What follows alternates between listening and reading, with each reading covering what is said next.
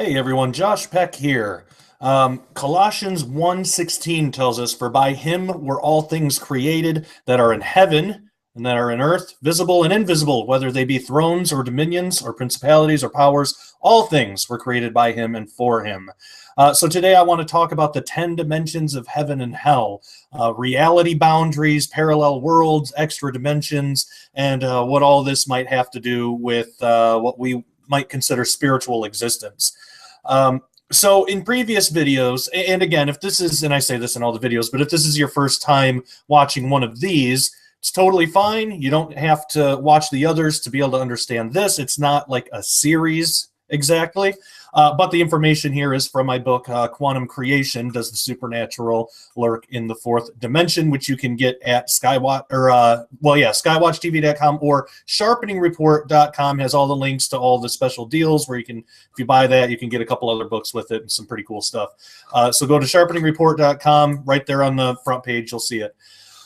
So in previous videos, we've been primarily focusing on the fourth spatial dimension. And in case you missed the other videos, which again is totally fine, we're talking about 4 dimensions of space. So time isn't exactly a part of that. Time is the 4th dimension if you're including temporal dimensions or time dimensions in with space, but we're just talking about space.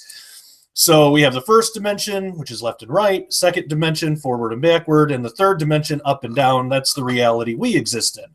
So we've been talking about a hypothetical, or, well, not even really hypothetical, but the idea of a 4th spatial dimension with 2 new directions that are imperceivable to us because we have a 3-dimensional perspective. So we've been focusing on the 4th spatial dimension and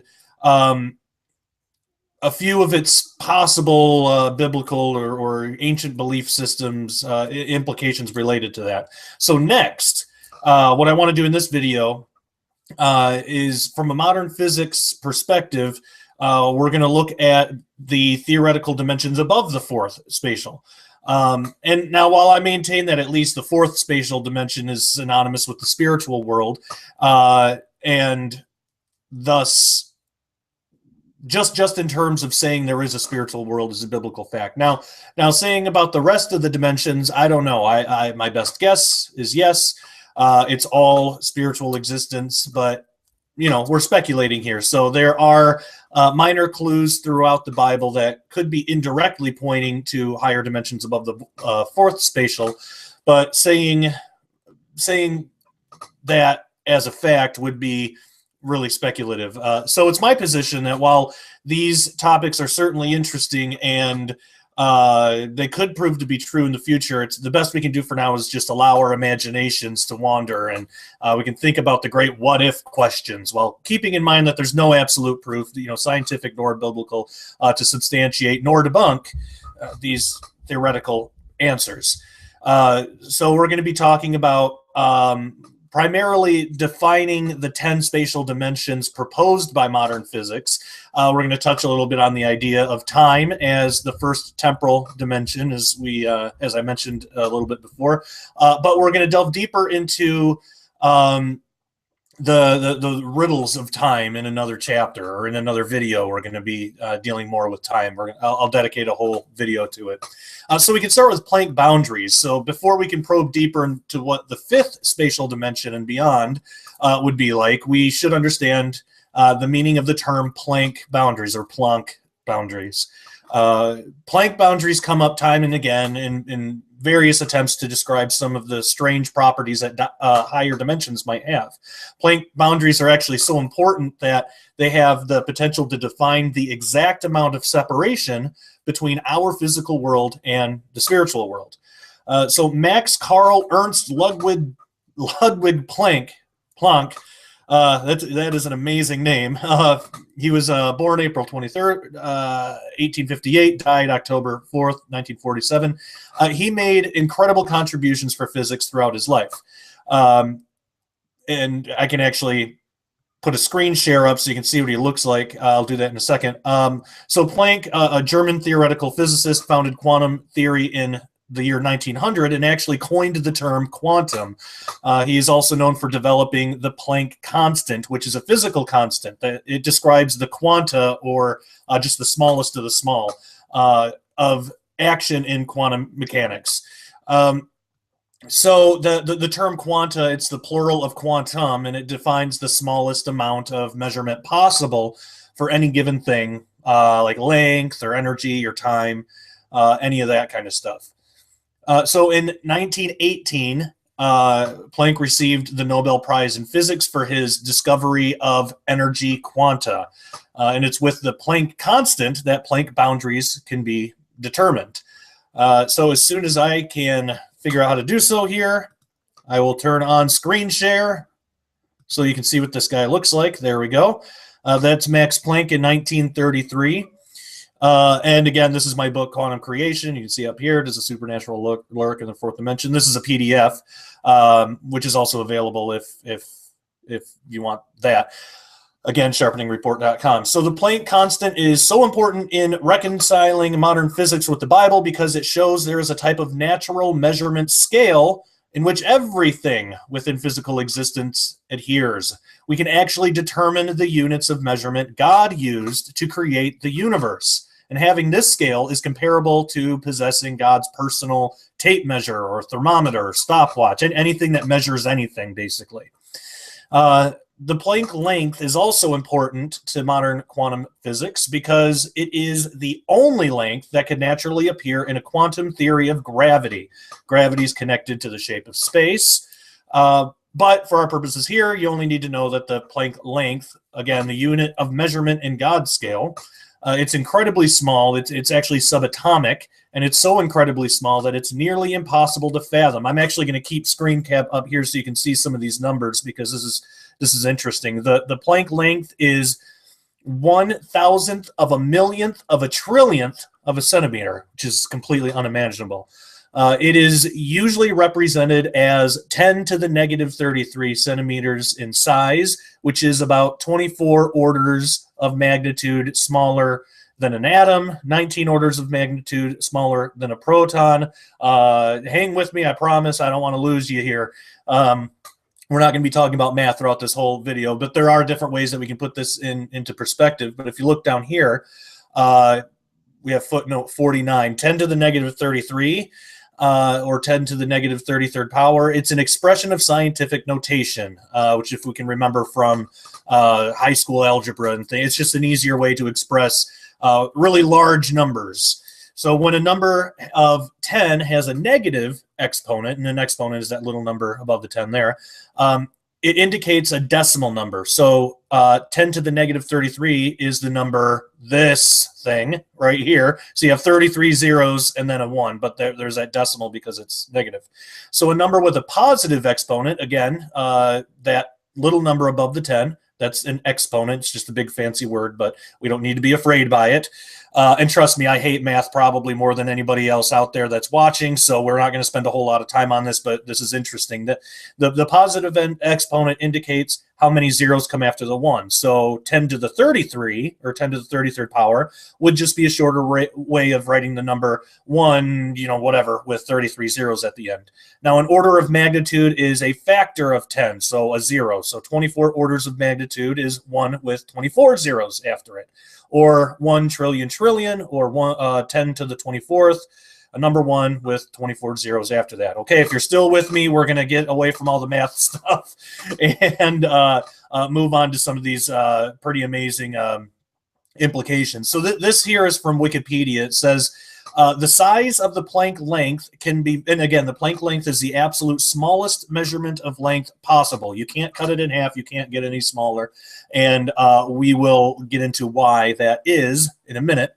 The size of the Planck length can be visualized as follows. If a particle or dot about 1.1 millimeter in size, which is at or near the smallest the unaided human eye could actually see, if that were magnified in size to be as large as the observable universe, then inside that universe-sized dot, the Planck length would be roughly the size of an actual 0.1 millimeter dot.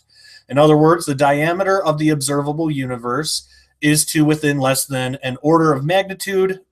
We talked about what that is, larger than 0.1 millimeter object, roughly at or near the limits of the unaided human eye. And I promise I'm going to explain all this because Wikipedia can be kind of confusing sometimes. By about the same factor 10 to the 31 as, blah, blah, blah. That's okay. Logarithmic scale. We don't need to get in that stuff. So in other words, here's where we can just have it make at least some sense.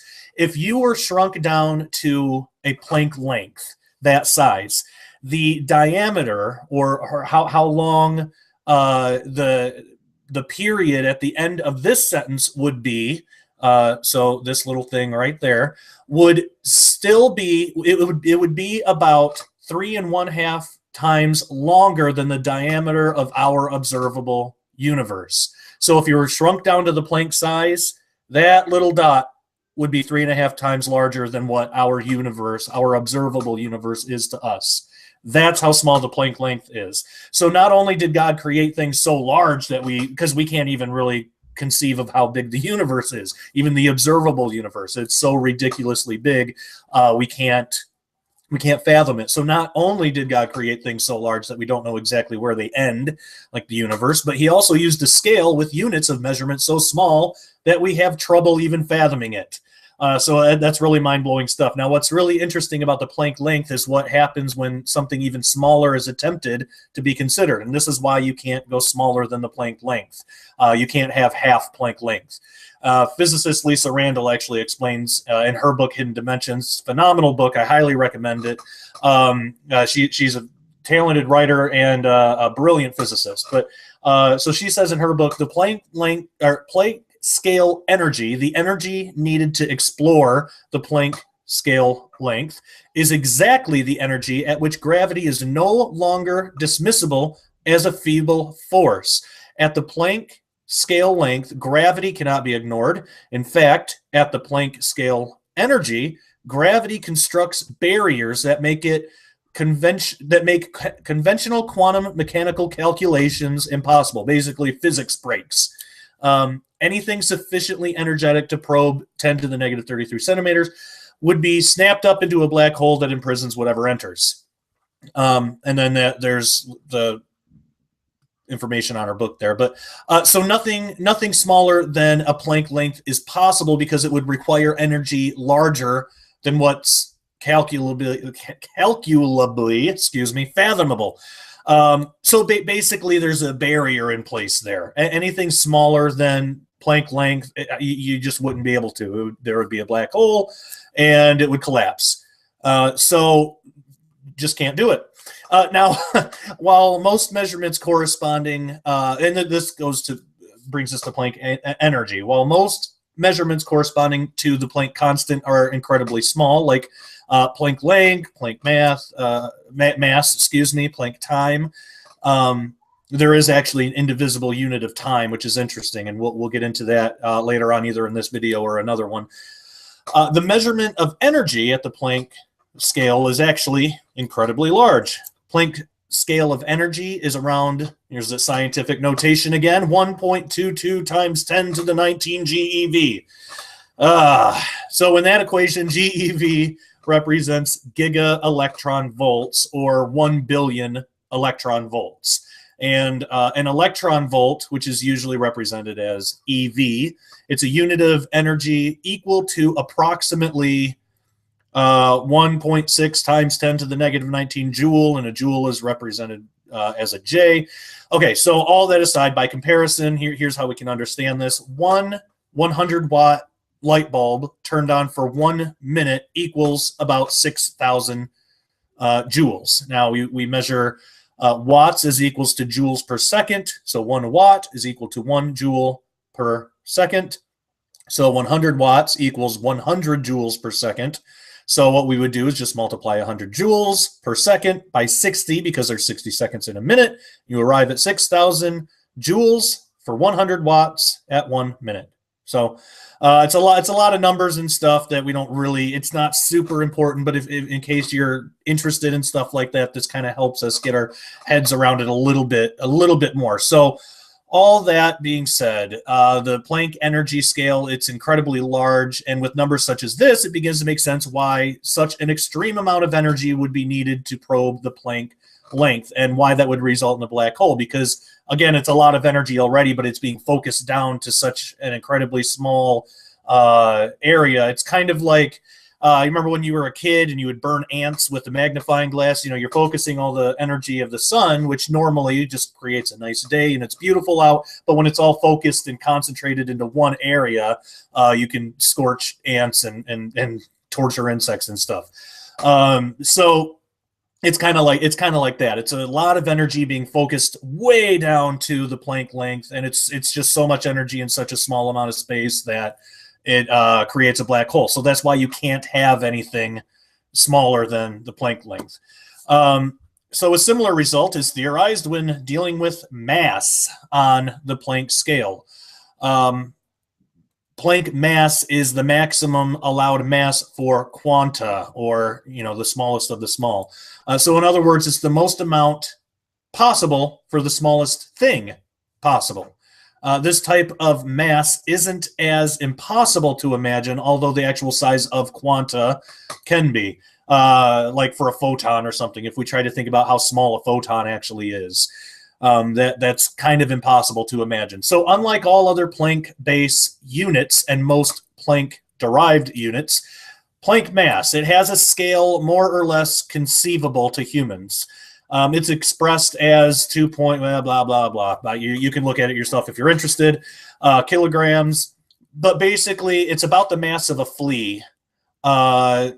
Traditionally, it's said that, but more accurately, it's about the mass of a flea egg. So 53, there's a link where you can read more about that on Wikipedia. So it's said, much like when dealing with the Planck length, that if two quanta of the Planck mass or greater ever met, they could spontaneously form a black hole, which is why you can't go beyond this Planck boundary of mass. Now, it's interesting how the consequence of a black hole comes up in regards to Planck boundaries.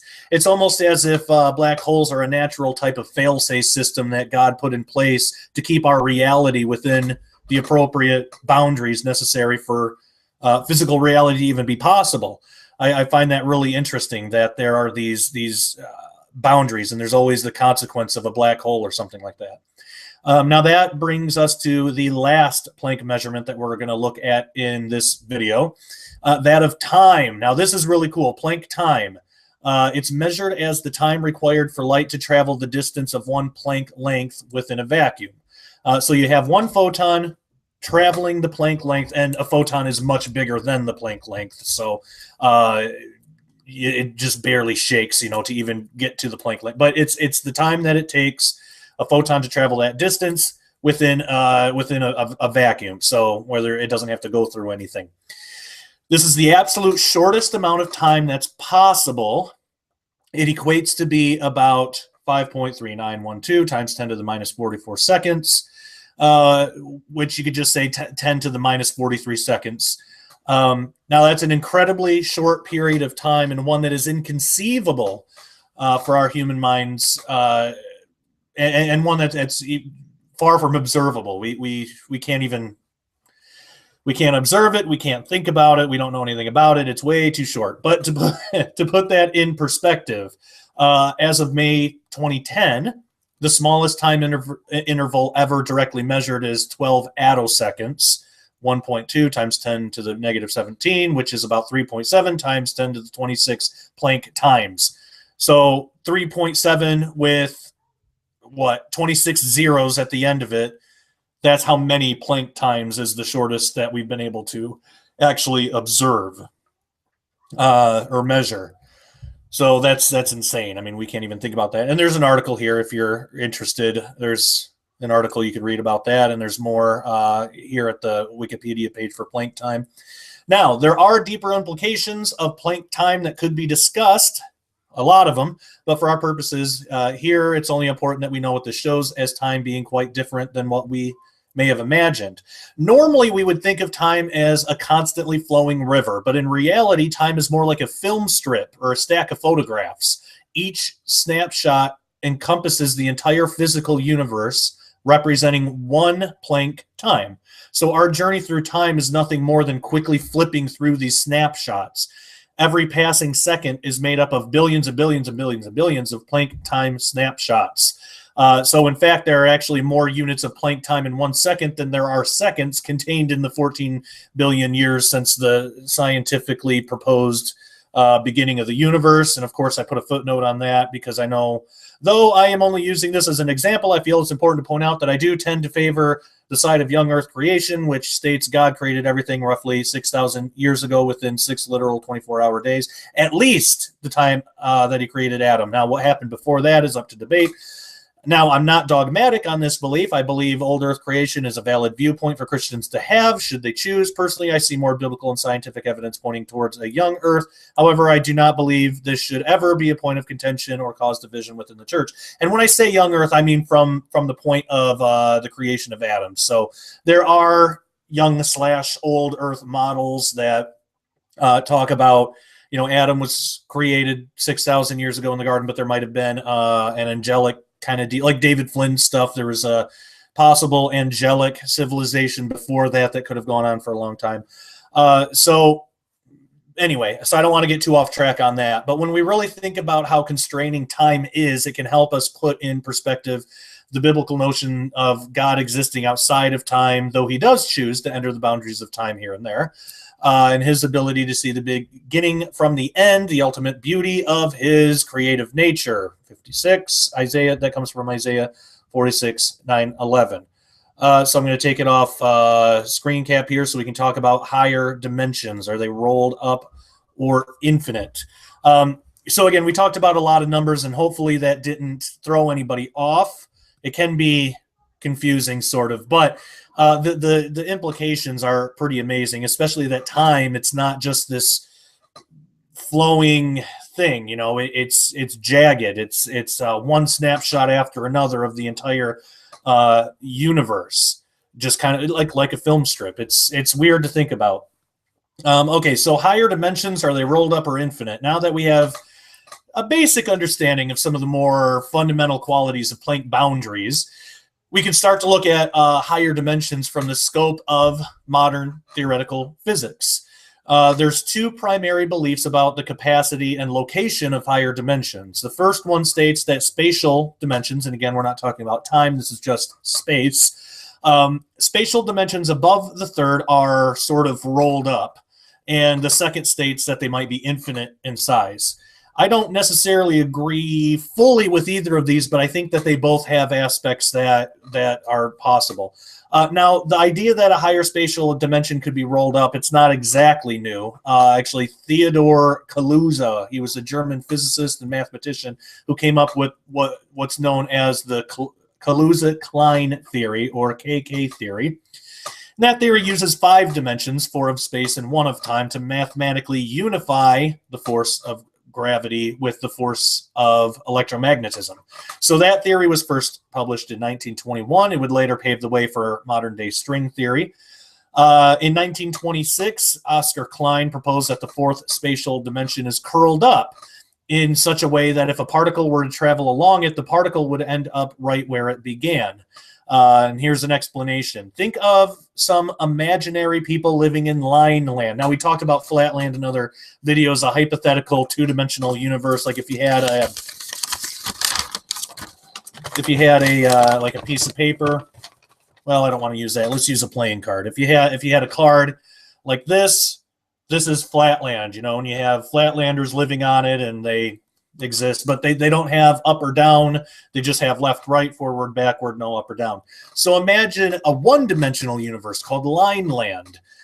So if you think of some imaginary people living on line land, which consists of just a single line, throughout their history, they believed that their world was just a single line. Then a scientist in line land proposed that their world was not just a 1-dimensional line, but a 2-dimensional world. When asked where this mysterious and unobservable second dimension was, he would reply that the second dimension was curled up into a small ball. Thus, the line people actually live on the surface of a long but very thin cylinder. You can think of a line like that. The radius of the cylinder is too small to be measured, and it's so small, in fact, that it appears the world is just a line. So that comes from Michio Kaku's book, Hyperspace, specifically pages 105 and 106. So after that, Michio Kaku picks up where Peter Freund left off. If the radius, and here's a quote, if the radius of the cylinder were larger, the line people could move off their universe and move perpendicular to the line world. In other words, they could perform interdimensional travel. Because, again, if it was a two-dimensional space, that's just a bunch of lines lined up together, you know? Or if it was one line, if the line is a cylinder and it were, you know, not rolled as tightly, then they could go this way as much as that way. And that would be interdimensional travel, just as if we were able to go to the fourth dimension or travel in those two extra directions. So as they moved perpendicular to line land, they would encounter an infinite, he says infinite, I don't agree with the infinite thing, and we'll get into why later, but he encounters, just for sake of conversation, we'll just say infinite, but they would encounter an infinite number of parallel line worlds that coexisted with their universes.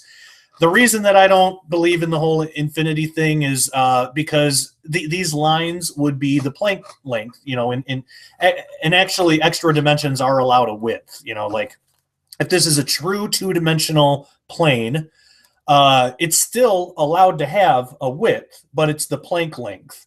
So there's still a width to it, and that actually even goes into our universe. There might be a fourth dimensional width that's the Planck length. But because there's a Planck length, even in line land, and even if he was able to travel perpendicular into other lines, or these lines would still be the Planck length, so they're finite. They're not infinite. There would be a very large number of them, inconceivably so, but there would still be a limit to how many you can fit in there because you can't get smaller than Planck length. So I don't agree with the infinity thing. But that being said, we can just move forward from that. So, Linelanders, as they moved farther into the second dimension, they would eventually return to their own line world. Because you imagine it goes this way, you know, it's a cylinder. So they would eventually get back to where they started. And on their journey, it would be all these other, you know, line worlds. Or line universes or whatever. Now think of Flatlanders living on a plane. Likewise, if a scientist on Flatland, they may make the outrageous claim that traveling through the third spatial dimension is possible. So in principle, a Flatlander could rise off the surface of Flatland. Again, going up just one Planck length, and he would be in a parallel world, parallel to Flatland. And you can think of this, just think of each one of these cards as one Planck length in width, and let's say that one Flatlander lives on one of these. Okay, now they don't have, and again, it wouldn't be like solid material like cards are. It would be empty space, but they don't have up or down. So even though these cards are only one Planck length in distance apart from each other, the Flatlander living on the bottom or on any of these would have no conception of the other worlds. But if he were able to, if he found a way to rise up to even just the next one up, he would be in a whole different flat universe. And those universes stacked together creates a three-dimensional construct, you know, a deck of cards. It's three-dimensional. So in principle, again, the Flatlander could rise off the surface of Flatland, and this Flatlander could slowly float upward through the third dimension, and his eyes would actually see an incredible sequence of different parallel universes if he kept rising up through these universes. He would see a sequence of different parallel universes, each coexisting with this universe, with our three-dimensional universe, because, again, deck of cards. Now, because his eyes would be able to see parallel to the surface of Flatland, he would still see different Flatland universes appearing before him. So we can take those lower dimensional principles, we can apply them to our own reality. So in Lineland, if their only perception of a second spatial dimension came in the form of it being curled up into a two-dimensional cylinder the size of a Planck length, that extra dimension, it would still be there. It would just be too small for the Linelanders to be able to perceive. Now, the interesting thing about that is for a two-dimensional plane to be curled up, it would actually require the space of a third spatial dimension to do it in. So if you, for example, you have your flat universe, if you were, I don't want to ruin my card, but if you were to curl this up, you can't do that without a third spatial dimension. So you can't, you curl it into an extra dimension, right? So if we follow that logic, the fourth spatial dimension, if the fourth spatial dimension was curled up into a ball, it would require the space of a fifth spatial dimension, so on and so forth. Now, the interesting thing, too, is because Flatlanders have no concept of up or down or anything like that, they wouldn't notice if their universe was curved or curled. So the idea that our universe, our three dimensions of space, might be rolled up into a higher dimensional space still could be possible, and we wouldn't notice it because we don't have access to the two new directions, the new up and down that would be required to exist in a fourth spatial dimension. Again, the extra dimension would still be there. It would just be too small for Linelanders to be able to perceive it. Now, that's the same idea that Klein proposed about the fourth spatial dimension. If the next spatial dimension up were curled up into a ball the size of a Planck length, if the fourth dimension was, it would be too small for us to detect. So it's that same logic that's sometimes used to describe the rest of the 10 spatial dimensions in physics today. And there's partly reason why I see that as physically possible, but why I don't actually think extra dimensions are like that is because it's just based on interpretation. The way that I interpret certain Bible verses and things like that talk about heaven and hell and these spiritual places, they have substance. They have mass and area to them. So I don't know if the rolled up theory exactly works. Well, at least not rolled up to Planck length. But again, it could. We could be the rolled up ones, is what I'm getting at. We could be the rolled up ones in four-dimensional space, and that might help explain some of this. But this goes into the many worlds interpretation or parallel universes, and this is what brings us to that idea. It's sometimes this idea of parallel dimensions, and again, stack of cards. Each one of these is a parallel dimension. Sometimes it's called many worlds or relative state formulation because, of course, physicists and scientists, they have to put these big complicated terms on things to make us feel like idiots. But like I've said before, time and time again, quantum physics is for everybody.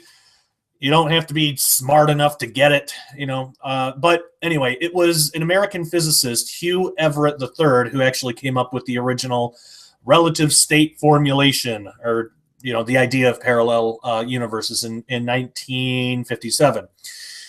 It was later named the Many Worlds Interpretation, or MWI, in the 1960s and 1970s by Bryce Seligman DeWitt.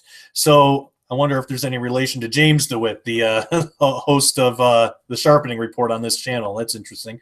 Anyway, this theory basically says that in universes parallel to our own, anything that could have happened, in fact, did happen, just in a different universe. Most of you watching have probably at least heard a little bit about this. So in other words, for every choice any given person could have made, and for every accidental occurrence of anything at all, there would be a parallel universe to manifest that. Now, that theory states there are multiple versions of you and me and everyone else inhabiting parallel universes, some nearly identical to our own, some wildly different. And the number of parallel universes is theorized to be infinite. But again, it can't be infinite because there's still a finite number of things that have happened. That number is very large. I mean, if you think of reality as just a bunch of particles, doing different things. Sometimes a particle might go left, sometimes it might go right, sometimes it might not go anywhere at all. But there's still, because again, there's still Planck length, sometimes it might just go one Planck length difference in direction. But there's still a finite number. So I don't believe that. Well, there's a lot about this many worlds interpretation I don't believe in. But even if it were true, it wouldn't be infinite. It would be a very large number, but it wouldn't be infinite. So anyway, so much like the idea that a line lander would experience an infinite number of one-dimensional lines comprising the second spatial dimension, or a flatlander would experience a supposedly infinite number of two-dimensional planes comprising the third spatial dimension, this theory states that there could be an infinite number of three-dimensional universes comprising the fourth spatial dimension. So again, think of the deck of cards. Just like how Flatland, there could be all these different Flatland universes all stacked on top of each other in three-dimensional space, yet each universe could have its own thing going on. But they're all stacked together to create a three-dimensional construct. Same idea there with many worlds, is that our three-dimensional reality, we could have a supposedly infinite, but it's not infinite, a very large number of these three-dimensional universes stacked. Again, it wouldn't be stacked up and down. It would be stacked in four-dimensional space to create a four-dimensional construct, a four-dimensional stack of cards, which that could be heaven. But again, there's nothing in any theory that says any of those universes have to be inhabited or have to be, there doesn't have to be extra versions of us that we don't know what's going on, or, But here's something interesting to think about. Imagine if a flatlander actually was a three-dimensional being, and he exists in one of these universes, yet his body or his existence actually stretches out into higher dimensions, though he doesn't realize it because he has two-dimensional perspective. Now, those extra dimensions of himself would still be him. They wouldn't be independent versions of him that make different decisions. They would still be him existing in these parallel realities. He just wouldn't have any concept of it because his actual perception is two-dimensional. Now, that might be the same for us. And the reason that I say that, and actually I think we might even stretch out past dimensional reality because of things like Ephesians 2, 5 through 6, which we will be getting into that in a different video. But just simply stating for now, the spirit or the soul, there's something about us that seems to be beyond physical limitations. That might be extra dimensional. But anyway, I don't want to get on too much of a tangent on that because we will be talking about that in later videos. So there could be an supposedly infinite, there could be a very large number of three-dimensional universes that comprise the fourth dimension. Now, I got a little bit into this now, but we'll get a little bit more into it. Now, on the surface, of course, there's some theological problems with that theory, and that make most Christians dismiss it as a ridiculous fantasy. And in that version, I would agree. In the actual version of many worlds with different versions of us doing different things, and, questions come up, like if there are infinite versions of myself out there, wouldn't that just mean that there are some universes where I never and will never accept Jesus as my savior? And if every time I make a choice, does that mean that a parallel version of myself is making the opposite choice? I mean, doesn't that negate free will? There's a lot of questions like that. And I believe that those are very valid questions and they deserve an answer. And there are answers to them. Now, I don't believe those questions alone are grounds to dismiss the many worlds theory completely. There are aspects of it that I think are true and biblical. Now, I'll state up front that, again, I don't believe that there are multiple versions of ourselves out there, and I'll explain more about that. But first, let's imagine hypothetically that one day in the future, it's proven that there are, in fact, parallel universes, and they do contain multiple versions of ourselves. Now, should that be enough to shake our faith? Does that type of conclusion negate God completely? Of course not. Of course it doesn't. It would only prove that God's creation is far more complex than we originally thought. So to briefly answer the two questions that I brought up before, yes, it would probably mean that there are other versions of ourselves that are not saved, but this would be our connection to those. It would be purely biological. We have to remember these parallel universes, they would still be constrained to 3 dimensions of space. The other you might look and sound like you, but they would have a separate spirit, a separate soul that is unshared. It's kind of like having a twin or something. Now that also answers the second question of free will. It does not negate your personal free will, because you still have the choice to do whatever you want. Even if the other you chooses to do something different, they would be doing something so completely independent of you, and you completely independent of them. So that type of theory, it's nothing that should make us question our faith in God or knowledge of his creation or anything like that. Now, as stated before, while I don't believe that there are multiple versions of ourselves out there, I do believe it's at least possible there are multiple universes. My reason for that is simple. Think back to the Flatlander lifting off into the third spatial dimension. As he moves through our reality, the third dimension, up and down, he's confronted with a seemingly infinite amount of parallel two-dimensional planes, areas, planes. He sees a large number of other flatlands as he's moving up. Now, those parallel flatlands in three-dimensional reality are nothing more than two-dimensional planes stacked up to create a three-dimensional object, again, like the stack of cards. None of these have to be inhabited for them to exist. If the Flatlander were rising up, viewing, say this cup, or maybe something that's a little more interesting, like I don't know, pair of headphones. Let's say if the Flatlander were rising up to view this, he would see this pair of headphones in two-dimensional slices. So starting here, he would see two independent, well, actually, I guess if you take the cord into account, he would see 3 independent lines. But as he moves up, he would see those lines change shape. They would change color. This is all black, but he would sort of see these change color. They would meld into other lines. When he gets up here, he would see 3 different lines than he saw down here. As he rises up further, he would see these lines get closer. It would look like they were moving, even though they wouldn't be. He would see these lines get closer together, eventually connect as he gets to the top, and then as he rises above that, it would disappear completely. So there would be a lot of movement, a lot of color change, different size lines, things like that. But all of those stacked up lines is what creates the three-dimensional object that he's seeing.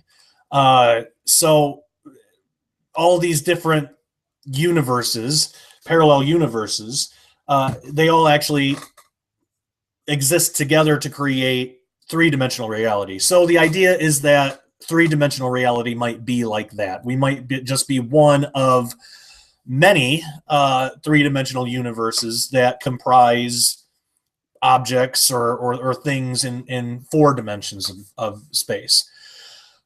So now, while I'm more inclined to understand the 4th spatial dimension and higher dimensions than that, even in the same way, now it could make perfect sense to me that theoretically in the 4th spatial dimension, it could be made up of a large number of stacked up three-dimensional objects. But again, that in no way would indicate that those three-dimensional worlds are inhabited by other versions of ourselves. It wouldn't have to be. And if anything, I think that we would stretch into those other dimensions. Yeah, but again, we have three-dimensional perspectives, so we wouldn't know. It would be just the makeup of the 4th spatial dimension. And I believe that these hypothetical parallel universes would probably look very similar to our own, while others could look very different, just like the idea with the headphones. Each dimension you go up, it changes a little bit. But I don't believe that any of them, again, would have to be inhabited by other three-dimensional beings. And here's another way to think of this. Imagine what it would take for a Flatlander to have a parallel version of himself. The only way that would be possible is if the Flatlander Flatlander, excuse me, himself were made up of stacked up two-dimensional planes. So in other words, that Flatlander would have to be three-dimensional, and this is kind of what we talked about before. If the Flatlander is three-dimensional, that automatically negates the possibility of there being separate two-dimensional versions of himself, because he himself is already of the next dimension up. So, for example, if one were to try and remove a two-dimensional section from the middle of the now three-dimensional former Flatlander, one would be slicing the former Flatlander in half, thereby killing him and ending his three-dimensional existence altogether. And the reason I'm saying that is that you can't. That's why you can't have multiple versions of yourself doing different things. For there to be multiple versions of yourself, you would have to be an extra dimensional creation. That's fine. But if one of those, if one of those had its own, one of those 3D slices had its own consciousness, its own, if it wasn't you essentially, and it tried to do something else, it would tear you apart. And you wouldn't be able to be an extra dimensional being anymore. You would just be a 3D, basically what you see is what you get. There's no spiritual world kind of thing. So if other three-dimensional universes were inhabited, it would seem we would be four-dimensional in nature, and our three-dimensional parallel selves would actually be a part of our four-dimensional makeup. And again, I think that's what the soul and spirit and things like that are. Now, as a quick side note, this might be what people are experiencing when they report supposedly ghost sightings or demonic manifestations. It could be that the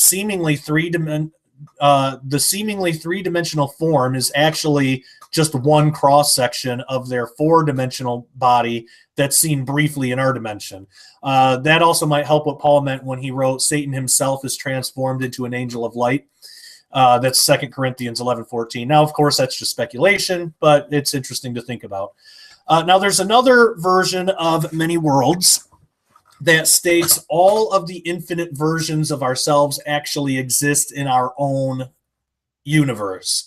Now, this is an older theory, and it's since all fizzled out. It was based on the assumption that our physical universe is infinite in size, which it's not. It can't be. Because there are only a certain number of particles in existence and only a certain amount of ways they can be arranged. The mathematics would suggest that if our universe was truly infinite in size, there would have to be other Earths out there with other versions of our exact selves somewhere out there in 3D space. Now, this would be true if the universe was truly infinite, but we must remember when dealing with a term like infinite, we're dealing with something that has no end. Half of infinity is still infinity. So given that, and given the fact that there are the number of particles that makes up matter and their arrangement is finite, all possible outcomes would have to be made manifest in a truly infinite universe. And of course, we don't see that. So where did I leave off? So the way to show that our three-dimensional universe is not infinite is by the fact that it's expanding, for one. In fact, it's expanding at an exponential rate, so faster and faster. Nobody knows exactly why this is occurring, but it does show that the universe cannot be truly infinite. If it were, there would be nowhere for the universe to expand. The universe would be stationary, what's known as a static universe. However, that's not what we observe, of course. The fact that our universe is expanding and would seem to show that what we observe in our three dimensions is not all there is. However, just like everything else in three-dimensional reality, there is a boundary. Now, what that boundary looks like and what lays beyond is completely speculative. It's something that we'll discuss in more detail later on in other videos. But the fact that the universe is not infinite in size, it's important to know in moving forward on our journey to understand higher dimensions. Now, there's another explanation theorized by physicist Lisa Randall that might allow for the fourth spatial dimension to be infinite, or at least very large in size. And this is actually the one that I think is more correct. Now, this was previously thought impossible to the idea that if a higher dimension were infinite in size, gravity should be completely different than what we observe. But Lisa Randall poses an idea concerning localized gravity in her book, Warped Passages. I think I said hidden dimensions before. I meant warped passages. Now, this is a theory that answers the gravity problem while maintaining the possibility that the fourth spatial dimension could be infinite in size instead of being rolled up to Planck length size. Now, that's interesting because if it was ever proven to be true, it would give physics a new view of the fourth spatial dimension that may actually fall closer in line with the biblical descriptions of spiritual existence, heaven, hell, all that sort of stuff. Now, it's speculative at this point, but the mathematics seems to allow for the possibility. It's interesting to consider. And again, I don't buy the infinite in size part of it, but very large in size, possibly. Okay, now, how many dimensions are there? This is what's interesting. I'm going to put it back on screen share because I'm going to show you some figures shortly. The significance of 12. All right. Significance of 12. This is really interesting. The basic higher dimensional theory of today is that there exists 10 spatial dimensions plus one temporal or one of time dimension. Sometimes the 0th dimension is added to explain where the original starting point is in defining dimensions. So think of it this way. If the first spatial dimension is defined as a single line between 2 points, it's sometimes said that a dimension of 0 would have to exist to contain the original first point. Because again, a line, so anyway, well, I'll continue. Once the second point is added, it automatically becomes the first spatial dimension. Okay, so if you think of a line as just a series of points, that's what a line is. Just like a two-dimensional plane is a series of lines, and a three-dimensional area is a series or a stacked up number of two-dimensional planes. Everything is made up of the dimensions that came before it, right? So if you have a line, a one-dimensional line, that's made up of a series of points. And we can even measure those points. It's the Planck length, all around. So if a line is a series of points, what is 1 point? It's smaller than the first dimension because you have to have 2 points at least to exist in one dimension. So the idea is one single point would be the 0th dimension, or it would be the original foundational dimension. Okay, so where did I leave off? So if this is the correct definition of everything within God's creation, it would bring the total number to 12 dimensions. So you have 1 0th dimension, you have 1 dimension of time, and then you have 10 of space. And that's just modern physics. It's M theory, superstring theory, all that stuff. So, which has special and specific biblical implications, that number 12. The number 12 is very important in the Bible and always seems to convey the same idea of order, perfection, and divine government. For example, Jacob had 12 sons who became the 12 patriarchs of Israel. That's Genesis 49, 28. 12 stones were attached to the breastplate of the priest in correspondence to the 12 tribes. It's Exodus 39, 8 through 14. Solomon has 12 officers over all of Israel. 1 Kings 4, 7. Omri reigned over Israel for 12 years. 1 Kings 16, 23. As did Jehoram. I'm probably saying that wrong. 2 Kings 3:1. Manasseh was 12 years old when he began to reign. 2 Kings 21:1. The altar in Ezekiel 43:18 is measured as 12 cubits long, 12 cubits broad, which would equate to 144 square cubits. Let's see what footnotes. This also points to 144,000 in the book of Revelation. It says that 12,000 comes from each tribe, and there's a lot more there are a lot more examples than that. Now, like in the New Testament, the woman with the issue of blood, she was afflicted for 12 years before being healed. Matthew 9:20. Jesus had 12 disciples. Matthew 10:1. Jesus said if he prayed for it, God would deliver him more than 12 legions of angels. Matthew 26:53. Jesus was 12 years old when he taught for the first time, Luke 2:42. The woman clothed with the sun had a crown of 12 stars. That's Revelation 12:1. The number 12 shows up all over in descriptions of the New Jerusalem from Revelation 21:12 through 22, or actually Revelation 21:12 through 22:2.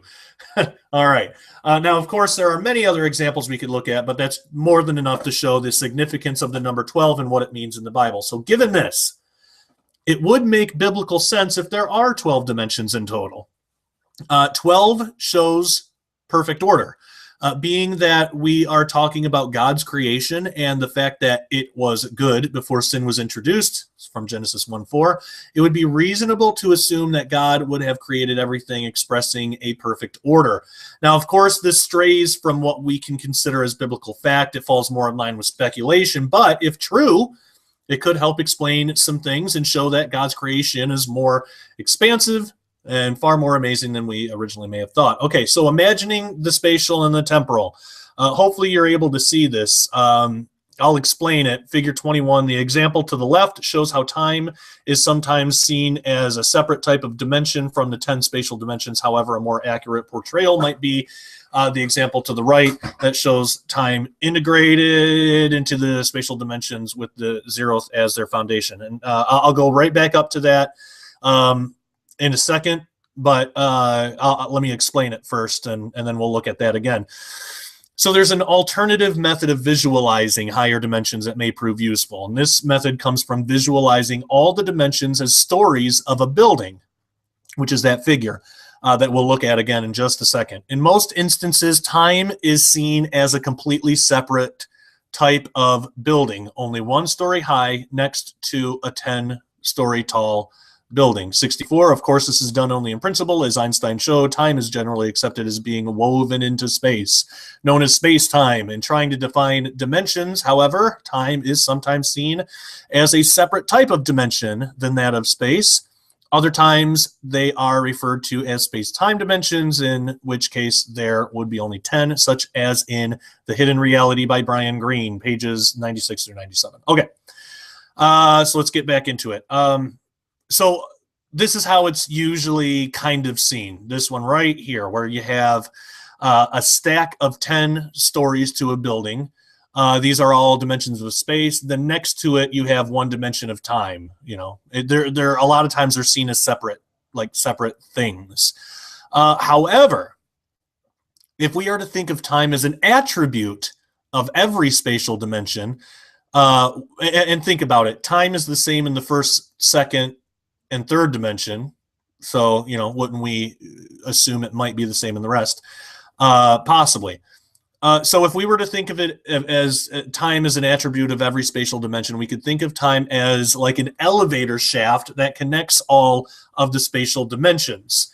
Now, if we consider the 0th dimension as relevant, we could think of that as the foundation in which the building rests upon. And this could give us a complete picture of the 10 spatial dimensions, time in the 0th dimension. If we look at it that way, we have a way of imagining 12 total theoretical dimensions that make up all of reality. So that's what we have here on the right.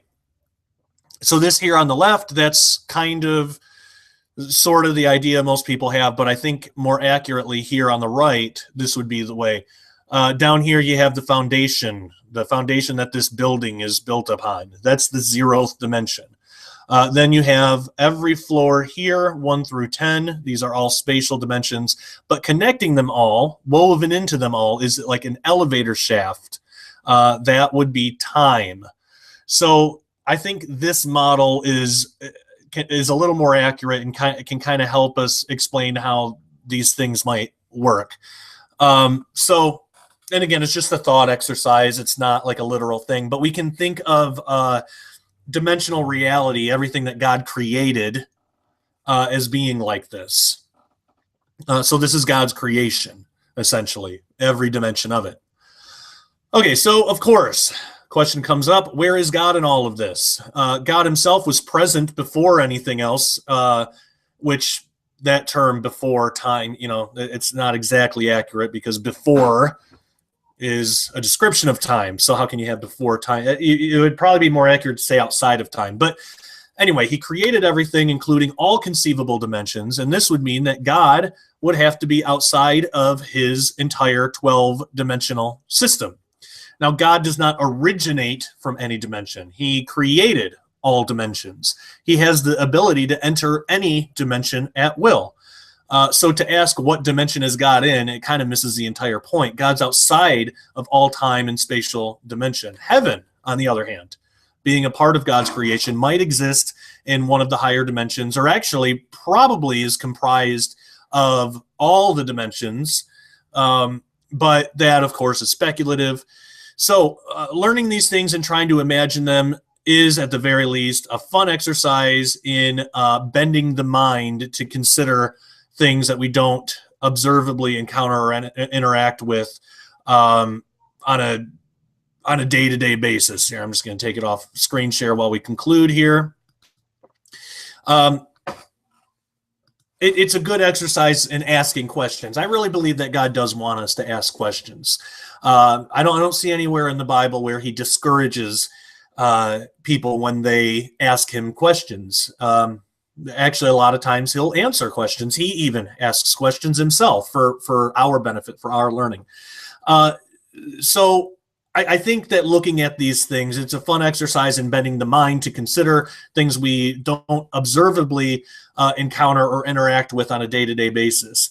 Now, more important than that, it's a great way to gain appreciation for the majesty and magnitude of God's creation in all its forms. And of course, his creation always points back to him. So it's all about God. Now, through this, we can begin to understand what Paul was talking about when he wrote let's see, this would be Romans 1:20. For the invisible things of him from the creation of the world are clearly seen, being understood by the things that are made, even his eternal power and Godhead, so that they are without excuse. So the more time goes by and the more we can discover about the complexity surrounding God's creation, the less excuse we have for not giving him the credit he deserves. So in short, it's unfair and unreasonable to take the creator out of his creation. We don't want to worship the creation, we worship the creator. So the more that we realize concerning what he did, the more it provides us with limitless bounds of intrigue and awe. So that's why I enjoy this stuff. In the next video that we do, we'll be talking about the building blocks of reality, kind of like particle physics, looking at the actual building blocks God used to create all this. And it's really interesting stuff, so you'll have to stay tuned for that. Now, if you're interested in this or more like this, you can watch the other videos. Make sure to subscribe to this channel. We have videos on this. We have the Sharpening Report, which is an amazing interview show hosted by James DeWitt and Jake Rahutsky, both amazing people, fantastic hosts, and we always have interesting guests. And there are 120 episodes before that of me hosting. So lots of good content, a lot of interesting things to look through. So make sure you subscribe.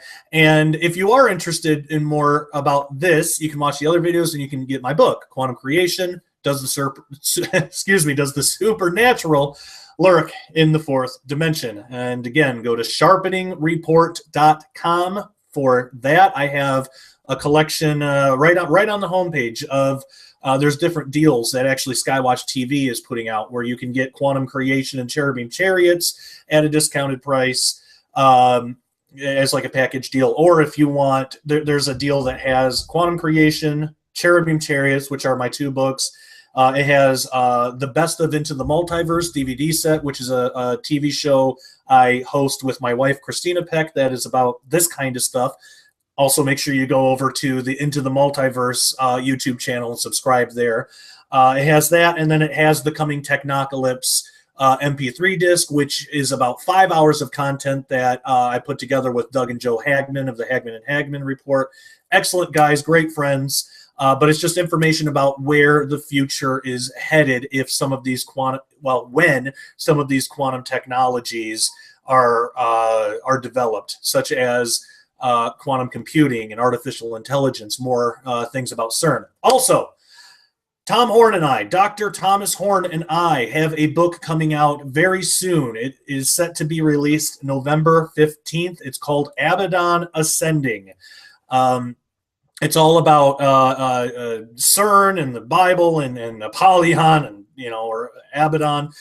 You'll learn everything you could ever want to know about what the truth that was going on at the Gothard Tunnel ceremony, or that weird fake sacrifice at CERN that was actually done by the CERN researchers, why they did that, what are they trying to open up portals, or and that while that was a fake sacrifice, they didn't actually kill somebody, it's still it's called parody, and it's still something that's important in the occult world when trying to do various things like open portals or conjure up demons or whatever.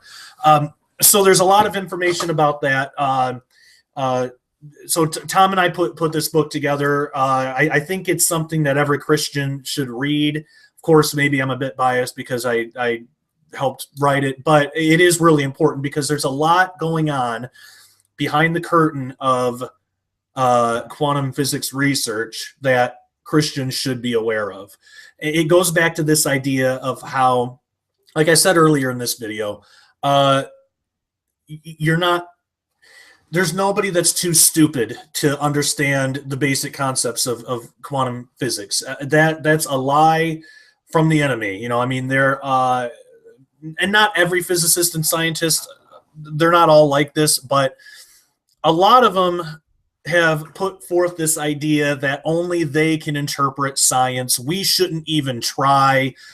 They have the PhDs, we don't. And it's just, it's garbage. But in doing that, that allows them to maintain control and have zero accountability. Because we don't know what's going on, we're not holding them accountable for some of the things that they're doing. And I do believe that there are a lot of them that don't really know what's going on behind the scenes anyway. The more that I've looked into this, I do believe that there is some type of governing body that's behind a lot of the true intentions of places like CERN. But I think 99% of the people involved don't even know what's going on. So the book is all about that kind of stuff, why we as Christians need to be aware, and just getting over this this hurdle that the enemy has put in front of us, saying you're too stupid, you're not smart enough, you can't do anything about this anyway. It's not true. So that's what that book is all about. After you read it, you'll understand how the LHC works, and I put it in, Tom and I, we put it in terms that anybody can understand. I've had teenagers write me and say that they enjoy my writing and they can understand it just fine. I've even had people in their 80s or 90s write and say the same thing. So, but with a lot of this, I think repetition is key. When I was researching this, I didn't understand it the first time around. It took repetition, and it took staying interested in it. So I think that's what we need to do. Just keep researching, let God lead to the truth. Don't jump on conspiracy bandwagons that say a bunch of crazy stuff, and thoroughly research stuff out. And if you don't know, if you see a story on Facebook and you don't know if it's true, ask somebody. You can ask me. Find me on Facebook. You can email me at jpeck@skywatchtv.com. I'll be happy to answer, because there are, of course, a lot of crazy stories that come out about CERN, and there are a lot that aren't true. For example, I'm sure a lot of you have probably seen there's a video and there's Facebook posts, but it has the headline is I was a physicist at CERN and we've done something that I regret, or something along those lines. And people that share it, people have made videos on that get hundreds of thousands of views. And what that originally started at, though, and basically when you click on it, and it's this story, it's a short story, a fictional short story. It was started on Reddit. It was just some guy that wanted to write a short story and share it with people. It was never meant, and I don't believe, because I read the original thing, it was never meant to be like a fake news story or something that somebody was trying to pull a prank with. Or it was just a short story that somebody wrote, and it's an entertaining one. It's good, it's well written, but that's all it is. It's a fictional short story. But someone got a hold of it, decided that they were going to share it and say that it was real. And the reason that people do that is it gets people to click on their website where they might have ads or something. It's basically what's known as clickbait, stuff that may not be true, but you click on it and then they get paid based on the ads that they have on their website. And I don't think there's any moral issue with putting ads on your stuff. I put ads in my videos, but there is a moral issue when somebody is presenting false information to profit off of. So that's just one short example of why it's really important to make sure you have accurate information before you share anything, and why I'm hoping videos like this can help educate people out there. I know I certainly needed it when I first started. I needed a lot of education on how to be a researcher, and I think it's every Christian's duty. Really, it's every human being's duty to be a thorough researcher. And anyway, so I want to thank you for watching. Check out sharpeningreport.com. Subscribe to this channel. Stay tuned. There's going to be lots of cool stuff coming out. Some stuff that's super exciting, and unfortunately, I can't say anything about, even though I want to so bad. But I'll just say, keep an eye on Skywatch TV. Keep an eye on Gen 6 Productions. That's Steve Quayle and Tim Alberino.